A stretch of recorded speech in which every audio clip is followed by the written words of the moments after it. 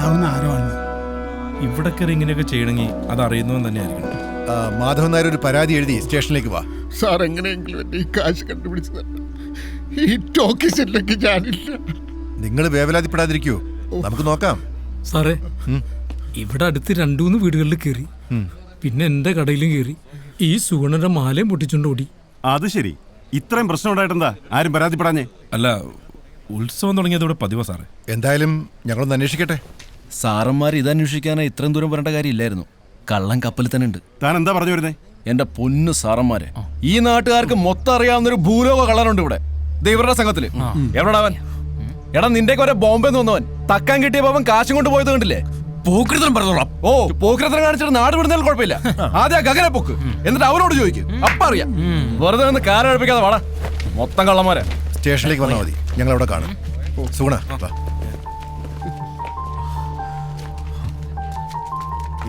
പുറത്തുനിന്നുള്ള ആരുടെ ാരാന്നേ ഉത്സവത്തിന് കുറെ എണ്ണ ഇറങ്ങിയിട്ടുണ്ടല്ലോ.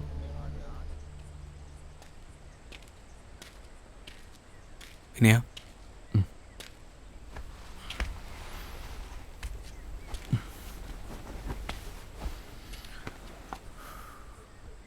പണ്ടുകുറെ തരികട കാണിച്ച് നടന്നിട്ടുണ്ട്. പക്ഷേ അതൊന്നല്ല ജീവിതം എനിക്ക് പിന്നീടാണ് മനസ്സിലായത്. അത് പഠിപ്പിച്ചെന്ന നീറാശാൻ ഇനിയില്ലാന്ന് പറഞ്ഞപ്പോൾ എനിക്കിവിടെ നിൽക്കാൻ തോന്നിയില്ലടാ. നമ്മുടെയൊക്കെ ജീവിതം അങ്ങനെയാണ്. ആർക്ക് എപ്പോൾ എന്താ സംഭവിക്കാന്നറിയില്ല. വള്ളിയും പുള്ളിയും ഒരിക്കൽ തെറ്റാൻ തുടങ്ങിയ പിന്നെ തെറ്റിക്കൊണ്ടേയിരിക്കും. മാധവേട്ടൻ പാവം ആ ടാക്കേസിൻ്റെ അകത്തുനിന്ന് ഇറങ്ങിയിട്ടില്ല. നിരാശാനും ടാക്കേസും എല്ലാം കൂടെ ആയപ്പോൾ ആ പട സങ്കടത്തിലാണ്.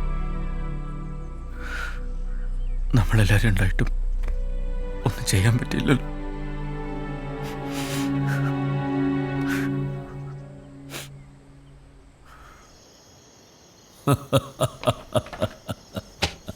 ശ്രീദേവി അളിയൻ്റെ ഒരു കാഞ്ഞ ബുദ്ധിയേ. ഞാൻ പറഞ്ഞല്ലോ ഗോവാച്ച, ആ സ്ഥലം കുറച്ച് കഴിയുമ്പോൾ നമ്മുടെ കൈ വന്ന് ചേരുന്നു. ശരിയാളിയാ, ഇനി എത്ര അവധി കൊടുത്താലും മാധവൻ ആ കണക്ക് തന്നു തീർക്കും തോന്നണില്ല. താനെന്തായാലും പണിക്കുള്ള ആളെ കൂട്ടിക്കോ. നാളെ സൂര്യൻ ഉദിച്ച് പെരുവത്ത് കടവിൻ്റെ മുകളിലെത്തുമ്പോൾ ആ ടാക്കീസ് ഉണ്ടാവരുത്.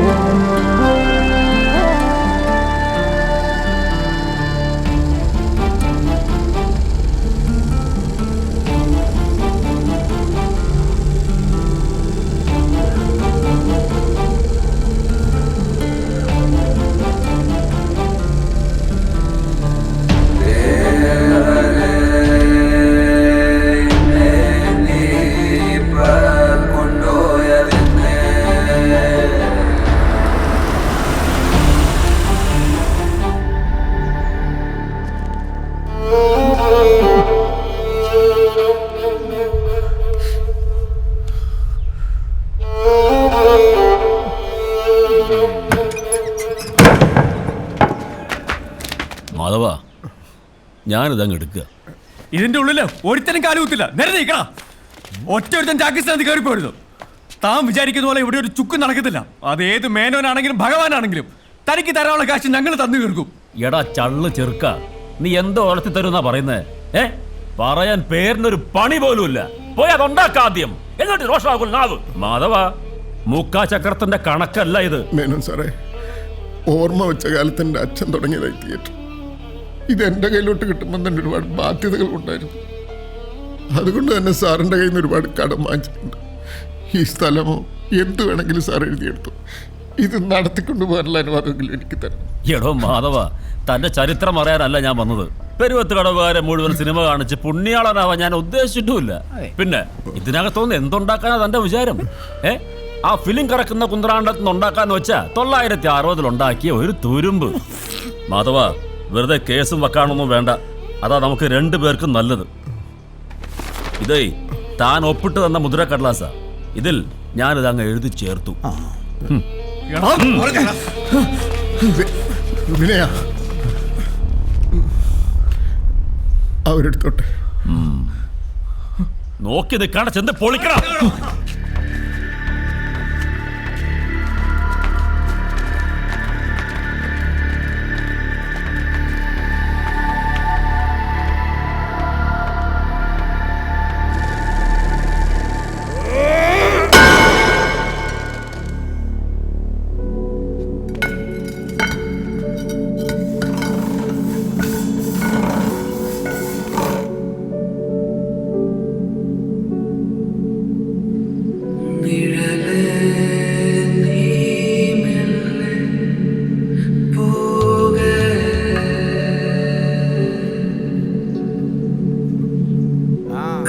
വേഗം ലോറിയിലേക്ക് കയറ്റടാ.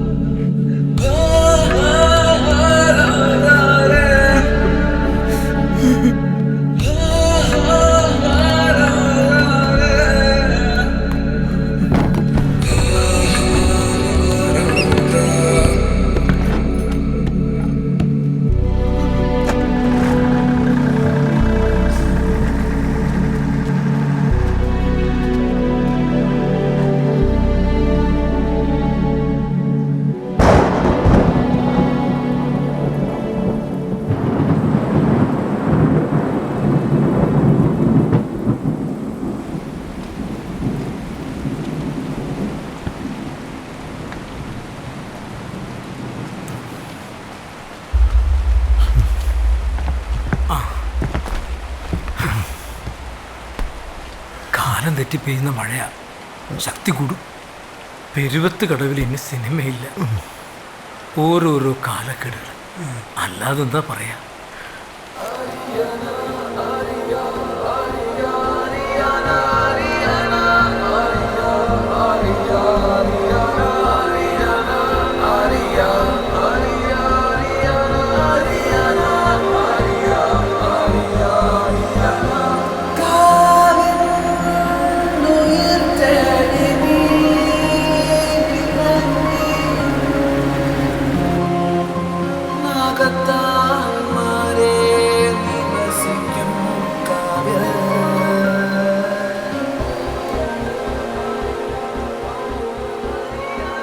ഞങ്ങളൊക്കെ ഇവിടെ ഉള്ളപ്പോൾ എങ്ങനെ മാധവേട്ട പോകാൻ പറ്റുന്നത്?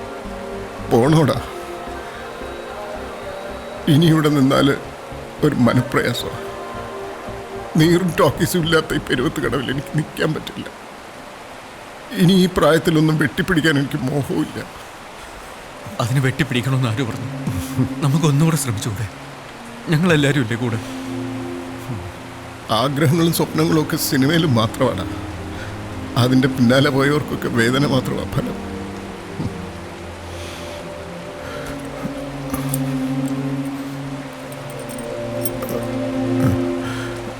ഇനിയിപ്പോൾ നിനക്ക് തരാൻ എൻ്റെ കയ്യിൽ ഇത് മാത്രമേ ഉള്ളൂ.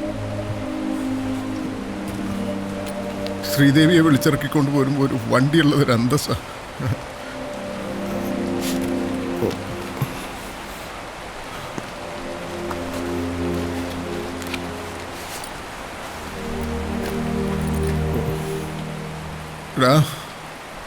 ഇത് വെച്ചു വാങ്ങിക്കടാ.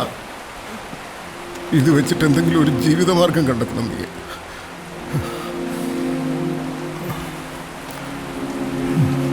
അപ്പൊ നിങ്ങൾ എങ്ങോട്ടാന്ന് വെച്ചാൽ പോയിക്കോ. ഇനി ഒറ്റയ്ക്കാൻ മതിയെന്ന് തീരുമാനിച്ചവരെ എനിക്കും കാണണ്ടോ? എടാ വിനയാ,